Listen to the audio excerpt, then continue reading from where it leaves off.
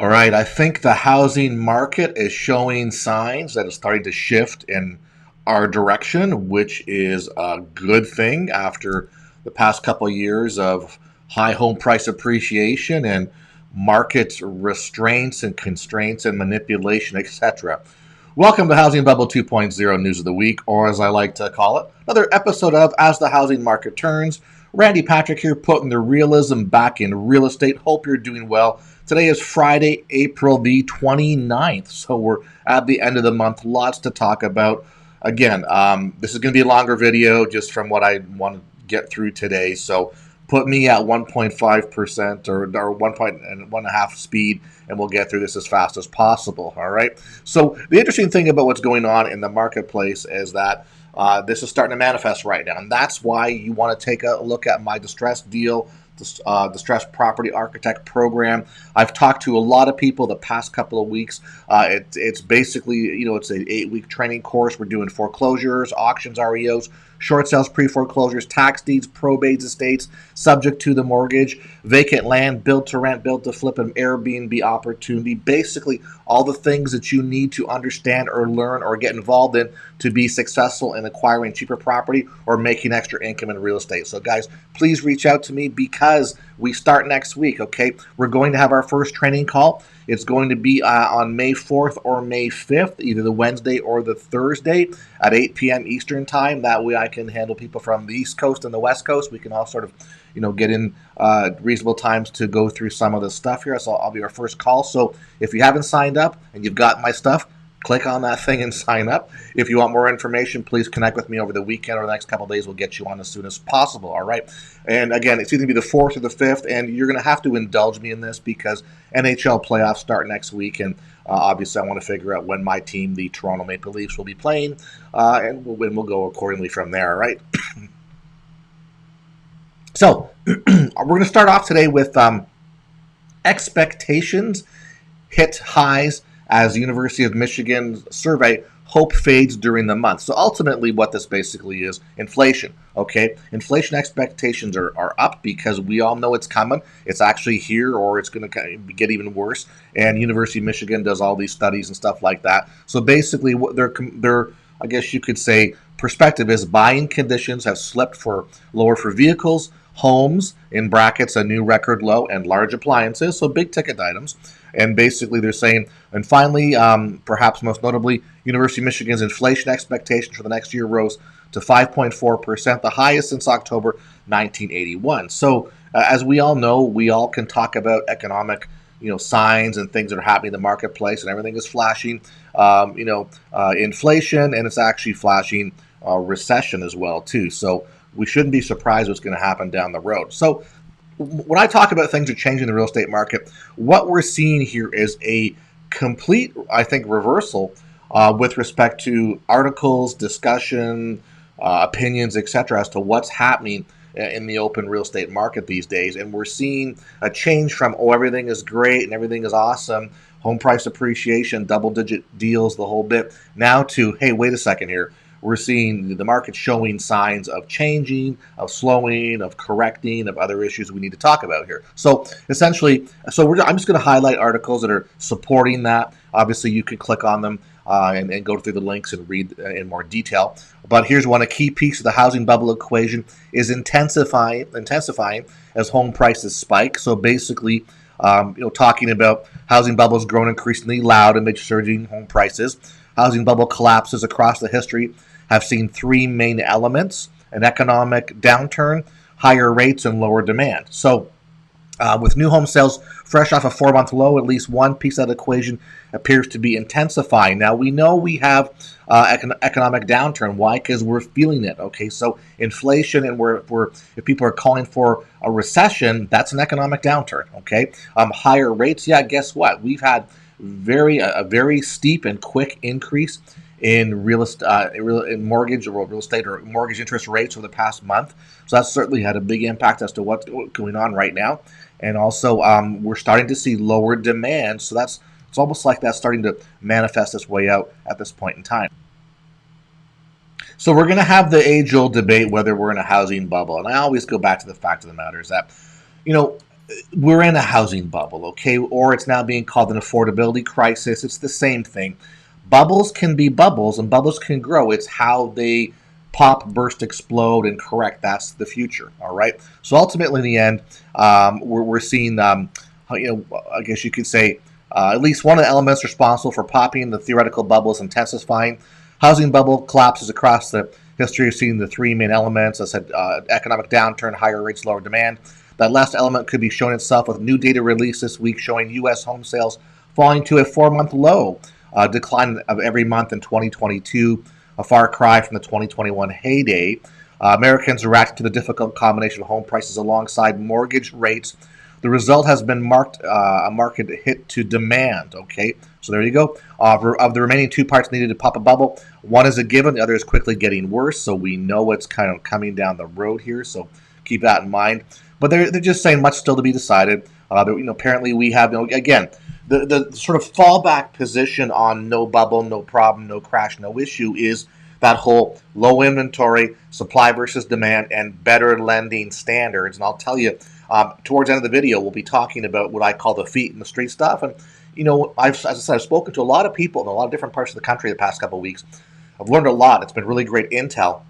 I want to share that with you, so hang on to the end of the video, okay? Because it makes sense, and it's not just me talking about what's happening in my little area down here in Florida. It's people now giving me, what's going on where they live, which is anywhere across the country, and you can see that there's some significant things happening right now. So, and by the way, if you would like to find these distressed properties and check out what's going on in your neck of the woods, go to gethousingdata.com. That's gethousingdata.com. That's my affiliate link because I've partnered with Foreclosure.com, which is the leading provider of distressed property listings across the U.S. So gethousingdata.com will show you what's going on in your backyard. Check it out. There's a free week trial, and you can see what's going on and take a look at the distressed properties you can get your hands on. This will come in handy if you want to jump on my distressed property training course as well, too. All right, we move on. Oh, moved on too quick there. There you go. Hit those buttons fast, right? So U.S. pending home sales tumble for the 5th straight month as rates soar, mortgage apps plunge. So we're sort of painting a picture now. So we basically have, inflation. We have, now we're having calls for a recession. We have higher interest rates. Now we're seeing overall slowing sales and home markets staying, in the home markets, they're staying on longer, etc. Now we have U.S. pending home sales tumble for the 5th straight month. Now, pending sales are not closed sales. They are active in the MLS that's gone under contract. So they're now under contract with the buyer. And what typically happens is that when you're under contract, it's a future closing. So the pending home sales represent future closed volume, future sales or sold volume down the road. Now, if we take a look at this, it's tumbled for the 5th straight month. So it's not like this just happened. We're seeing a very sort of, I guess you could say pointed decrease in homes that are going under contract for the past 5 months here. Now, could it be an inventory issue? That could be some contributing factors, but also could it be the fact that people are just kind of tapped out, and now when you have higher interest rates and stuff, so people aren't interested, right, on properties as much, or they're going to wait it out. So we're seeing this right now. So ultimately, it was expected to fall in March, but I think it did more. It did worse than the drop expected, leaving pending home sales 8.9% down year over year. So realize that it's already flashing signs of happening. And this is interesting because this is a really big point here. This is the 5th straight month of declines for pending home sales, and it's right before mortgage rates started to explode higher. This is the lowest pending home sales index print since May of 2020. So now what happened in May of 2020? We were right in the shutdowns and the lockdowns for the pandemic. So therefore, you weren't going out looking at properties. You couldn't visit properties, go to open houses, check stuff out. So therefore, there was no sales. So therefore, pending sales were down big time. So we can see that this is another low compared to that. So, but the interesting point, as they're saying here, is that this is just prior. So pending homes, the reflection of when they're calculating the pending homes is just before the major interest increases. So therefore, we'll probably see how that'll play out in the next couple of months as well too. So very interesting. And of course, mortgage applications plunged. This is all before Powell they said unleashes hell. So ultimately, in the end, we were already showing signs of a slowdown on the pending homes and everything prior to the major mortgage increases in rates. Also, to add more fuel to the fire here, U.S. new home sales crashed in March. So essentially, new home sales crashed 8.6% month over month versus 0.6% expected. That drags new home sales down 12.6% year over year. Now, I always say this is an interesting statistic because it always changes. It's obviously a tough statistic for people to get their hands on who are cranking the data. But in the end, what it boils down to is the fact that, look, this is showing us what's happening. So, new home sales are, new home prices are up, materials are more expensive. Lenders are if they're raising rates, it's going to affect what's going on. We were at an event yesterday with a bunch of mortgage people, and they're talking about how new home buyers are getting creamed in this market because they've got their pre-approval and stuff, but they don't lock in their rates till they're getting close to closing. And if the builders keep extending closing dates out, etc., then they're following the market going up with interest rates, and a lot of them are either going to back out or lose their deposits. So this could cause some problems down the road. So keep in mind. Ultimately, what they're saying is that this is the biggest drop since April 2021, and this is the start of the busiest season in the year for housing. It's the lowest seasonally adjusted annual rate since 2021. Ultimately, there's no ignoring the fact that home sales are going to be affected by the record surge in mortgage rates. Obviously, sales down, the big red line down there, due to rates going up. So, no surprise there. Here's something interesting too: renters moving out versus paying higher prices. Now, for me, I kind of know when the market's topped out and when the market becomes ridiculous and silly is when we have high home price appreciation. And, obviously, okay, you can't buy a house because you can't afford it or just out of your reach. So you jump into the rental pool, you'll lease for another year, you'll wait for things to sort of normalize out. Well, guess what? We've had such huge rental increases over the past little while that it's kind of like, what do? You can't buy a home because you can't afford it or don't want to pay that. So you're going to rent or continue to rent. And either if you're going to find someplace new, you're having skyrocket rent prices, which is we're in a rental bubble now, or the place you're currently in on your renewals are trying to raise rent as much as they possibly can. So ultimately what they're seeing here is that it's in the Manhattan area. Basically, they're renewing about, and this is, I guess, you're talking to kind of a group called Equity Residential, who has a number of properties out there. We're renewing about 60% of our residents, which is healthy, but 5% lower than the beginning of the year. So they're already seeing, a change in that, and people are choosing to sort of move out. This is kind of a little graph of, I guess, a map where all their apartments are in Manhattan. But basically, what they're saying here is that residential renewed leases saw a 21% rent hike compared to a 14.5% rent hike in the fourth quarter. So that's what they were doing on the lease renewal. New agreements are even higher, with a 29.7% increase in Q1 2022 this year. So basically, here you are, you're in a rental agreement, and if you're going to renew, you're seeing a 21% rent hike compared to a 14.5% rent hike in the previous month, which is still big. So we're talking double-digit stuff like that. And so I guess it all depends on what the clauses and terms and conditions are in your rental agreements as to, what can they do to hike rents and stuff. But a lot of these corporations and landlords now, they're like, you know what, leave, because if you leave, that means we can put market rent up and somebody will rent your property. So it's actually advantageous for them if you leave, because then they can charge the next person in higher, because there's no rental agreement that they have to abide by with maybe some like caps already. Guys, hey, listen, if you appreciate the information in my channel, I'd love it if you'd help me grow and continue. So if you could smash that subscribe button, I really appreciate that. And if you think you're a subscriber or believe you've already subscribed, could you please verify that? Because again, I always lose subscribers more than I put on. So once again, thank you for the views and your patronage. I really do appreciate that. All right, we move on here. So, what we're really doing is we're showing what's going on in the marketplace, right? So it's nothing positive right now. I guess it depends on your perspective, right?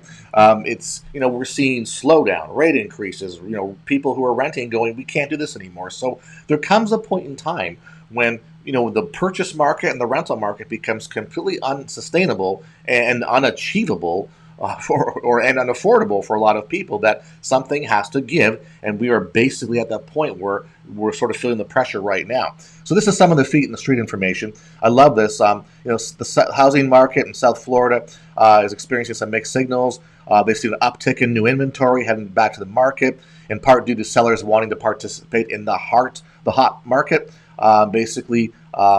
how to know, they always interview different agents, stuff like that. And they're seeing a lot more luxury homes and more sellers calling to list their properties.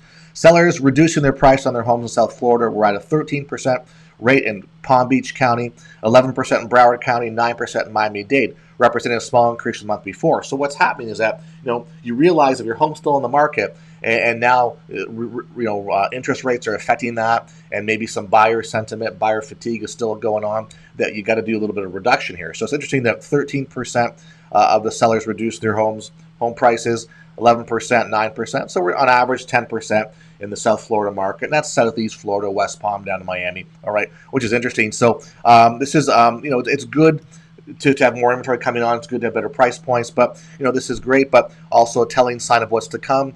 This is the beginning of the market leveling off or correcting itself. So yes, a lot of real estate people are starting to actually come to realize that we're changing right now, and things are changing, and it's obviously better for a normalization of the market and for people to actually be able to afford stuff. Okay, this is what we're happening. Again, talking to some mortgage people at an event last night. So I'm seeing, and this is just a quick example, basically tons and tons of mortgage companies right now, whether they're mortgage brokers or correspondent lenders or regional mortgage people, etc., that they're basically laying off people. They're closing shop, laying off people. A lot of these groups will be primed for acquisition by larger mortgage providers, etc. But the first thing that goes is the refi business. We know the refinance business is down about 70% year over year with respect to applications, and also depending on where you are across the country, your purchase applications are down too, because again, less inventory, interest rates going up. People are not going to be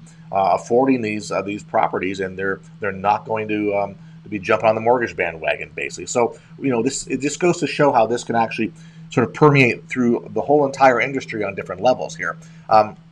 Interesting that with home sales under pressure, the parabolic increase in house prices will soon peter out, of course. Some price declines by mid-next year will seem more than likely. With rates now moving quickly higher and affordability and demand being hammered, prices will come under pressure.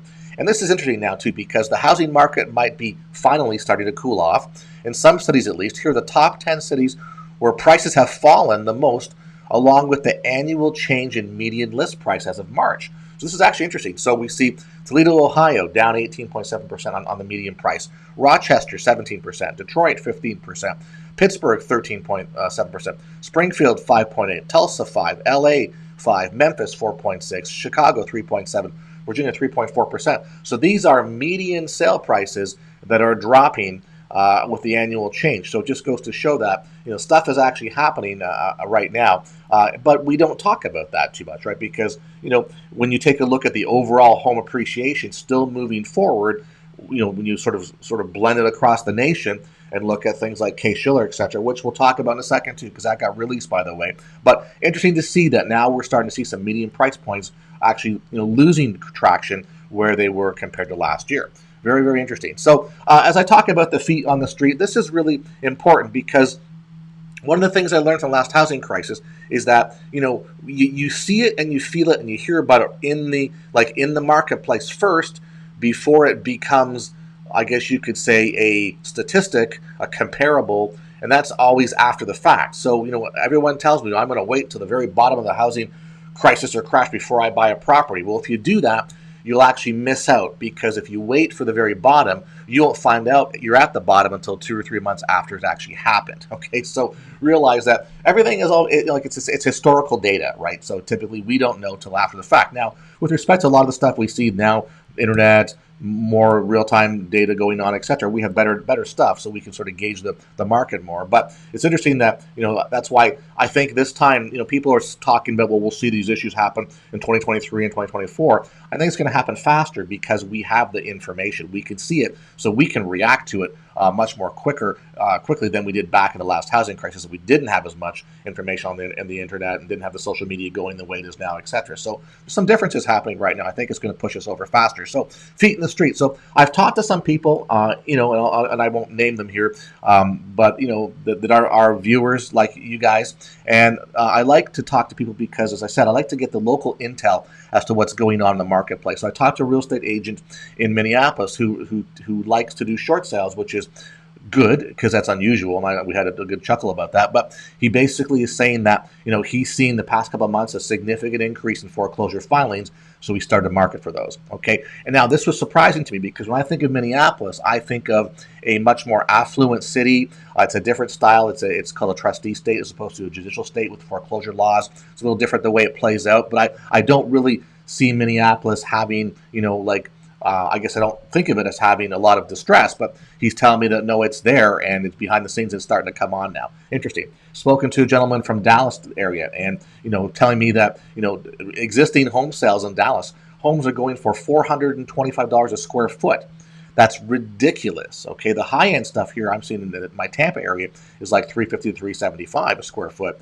So we're talking, an average home for $425. That's well above market, and that's basically punitive if you want to buy it. So that's like bubble territory right now.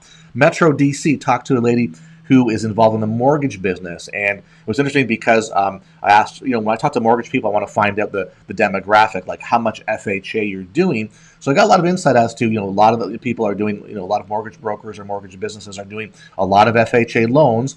A lot of people who are, qualifying, they're putting 3.5% down. They don't have much in cash reserves, but they're still getting approved. They have high debt to income ratios. They're still getting approved. So really, if that's happening, that's great for you to, get the American dream and then become a homeowner. But in the end, you're putting yourself at risk because putting 3.5% down, having very limited cash reserves, if there's a change in the marketplace, you're now underwater. If you have to sell your home, say you get relocated, I got to sell my home. Well, you put 3.5% down. So you have to sell your home in 6 months to a year. If you don't get material appreciation, which we're slowing down now on, then your closing costs and commissions. Commissions are 6%. Closing costs a couple points. You're going to be down 8-9 points right off the bat. Then whatever the market has slid. So you can see how that the FHA with the low down payment is very precarious if there's problems. So it's interesting to see where that's headed and how that's playing out. So again, FHA, as far as I'm concerned, is today's subprime. All right. Someone just emailed me before I started doing the video here about the LA County area where they live, and an area they were looking to purchase. A while ago had only 300 active listings. Now they're at 650. So the point is that in different locations across the country, we are starting to see things change. It's not one location. It's not me, waving the banner down here, telling everybody, the sky is falling. It's actually quite different, and that's not the case. We're seeing it from other locations, other people. Now, are we at the point where this is, dramatically changing the market to shift it by negative 25% in 2 or 3 months? No, that's not going to happen. But as I always say, this is a time thing. It's time sensitive. It's going to take some time, but the stuff is lining up. Like this, if it just was one situation, we could call it an anomaly. But now we're having multiple things flash us the signs that there's a change happening here, and it's actually going to pick up steam. So that's what we actually want. Interesting here too, home sales, seller profits dip across the U.S. In the first quarter of 2022 as price increases slow. So price increases are slowing down. Now, this is profit on the home that you bought yourself, your primary residence. So basically, I don't really look at this personally as home as my nest egg or profitability area, but profit margins decline quarterly at over 40% of metro areas in the U.S. So basically, stuff's dropping down. So 71 or 42% of the 170 metro areas around the U.S. Basically, it's talked about returns, are dropping. Okay, so that's the thing there. So just be aware of that. You can look at the statistics, but of course, if there's 42% that are dropping, there's 58% that are still going up. So we're not quite bounced off there at this point in time. But the point though is that we're starting to see this in not just a handful of locations. It's actually starting to gain a bit more here. Home ownership has dropped to 11-year low. Now this is interesting. All right. So what we saw just prior to the pandemic is actually home ownership or home tenure actually increasing to a record high, which is kind of cool. So what we're seeing now is that we've seen a very quick decrease in home ownership tenure, which is basically how long you've been in your house. You bought it. How long did you wait before you sold it and you left? So ultimately, in the end, they had owned their people that sold in the first quarter of this year had owned their homes on an average 5.72 years, down from the 6.12 years in the fourth quarter and almost 7 years in the first quarter of the previous year. The latest figure marked the shortest average time between purchase and resale since the second quarter of 2011. So there you go. Now, when you actually take a look at how this plays out, it's the fact that that's a pretty steep graph. So of course, where we were sort of plugging along at homeowner tenure in that 4.5 years, and then it dropped a little bit, towards the start of the first housing bubble, and then basically it started to increase. Why? Because people were either stuck in their homes, did loan mods, things like that, trying to preserve their situation, and also were buying at good prices if you were smart, and therefore you're riding the wave. But you can see how we kind of peaked, and it looks like it's about Q1 or Q3 2020 as far as peaking in home ownership tenure, and then we've gone down to 5.72 literally in about 18 months. So to me, I would look at this going, if we're over 8 years, in home ownership, and then we're now down to under 6 years, what's caused the big shift? Well, obviously it has to be the opportunity. People are going, I need to sell, and I'm going to cash out, and then of course you sell, you want to buy. Low interest rates are going to help that, but I look at it going, just people just trying to cash up. Maybe the world, people are going, listen, we're at the peak of the market now, or we've already seen it. To make our money, to make ourselves happy, to get our nest egg, we got to sell now. So but I just think that's interesting. But again, look at the speed. Look at how high it was, in 2020, and it's dropped down to 2022 from over 8 years to under 6 years. It's a greater than 2 year swing in less than 2 years. I think that's pretty telling right there of how people are viewing the market. Cash sales are at a 7-year high, okay, and so we're seeing that increase big time. I'm seeing a lot of cash sales as well too. Now this is interesting though. This is institutional investment down by more than half. So for those people who still believe the theory that institutional investors are buying up all the available inventory, our numbers in Q1 2022 report offer a pretty strong rebuttal. It's also interesting that cash sales have often attributed to the institutional investors continue to increase as their activity diminished. So a lot of the cash sales are real owner-occupant buyers, maybe second home buyers. So they're looking to do what they need to do. And again, maybe we're seeing an increase in that because they want to get stuff done before there's some changes in the marketplace. Who knows? But again, finding that piece of information, all interesting. Now, obviously, we're going to see all this happening now. So anybody who gets to be on TV or get interviewed, I think we're in the final innings of the housing market. This dude sold his home in 2006, just before the last housing bubble burst, and now he's calling it going, I think we're in the final innings of the housing bubble. So you don't have to be, a CEO of a company to say we're kind of at the end here. Okay, we're kind of been there for a little while now. So anyway, but I just do this for fun because guess what? People will be chiming in now. So, before it was like, hey, don't talk about this, everything's going great, everything's awesome, we're doing the old increase. Now it's like, wait a second, people are starting to weigh in with their expertise, so to speak, and now think, well, yeah, we're going to see some changes, and we're probably at the peak right now. And I can safely say that because we've been flashing how many signs that things are changing here. So I realize that I've been saying this for more than a couple of years now. Okay, would I have liked this to have happened earlier so we can have some corrections going on? Sure, but again, our market has been artificially controlled and manipulated. It actually has been artificially controlled and manipulated for over 10 years now. And that's something to talk about in the future, okay? So I know people are talking about this now on their videos, but it goes back farther than that. And again, if you have the experience of the last housing crisis, you'll know what I mean. All right, so let's not forget that we had CaseShiller. What? We had CaseShiller. Listen, I know my video is getting up to 30 minutes here, so just hang with me for a little bit. All right. So CaseShiller came out, and this is interesting because this is prior to the increases in mortgage rates. So that's why when we look at CaseShiller, realize it's February 2022 data, not what's going on in April, okay, or even March. So please take that with a grain of salt. So ultimately, in the end, same thing. We had, double-digit increases across the board, blah, blah, blah, yada, yada. Basically, Tampa, Phoenix, and Miami were the big winners. Ultimately, what they're saying here, at least the analysts at CaseShiller or CoreLogic, SB Global, whatever, says the macroeconomic environment is evolving rapidly and may not support extraordinary home price growth for much longer. We may soon begin to see the impact of increasing mortgage rates on home prices. So, that doesn't come as a surprise. It's a pretty, what I would call conservative and non-committal, I guess you could say, comment. But the point is that everybody now is starting to say, guess what? We can't sustain this, and now we're starting to see it go the other way. So of course, here we go. This is the the three indices: the 10, 20, and national index for CaseShiller home price.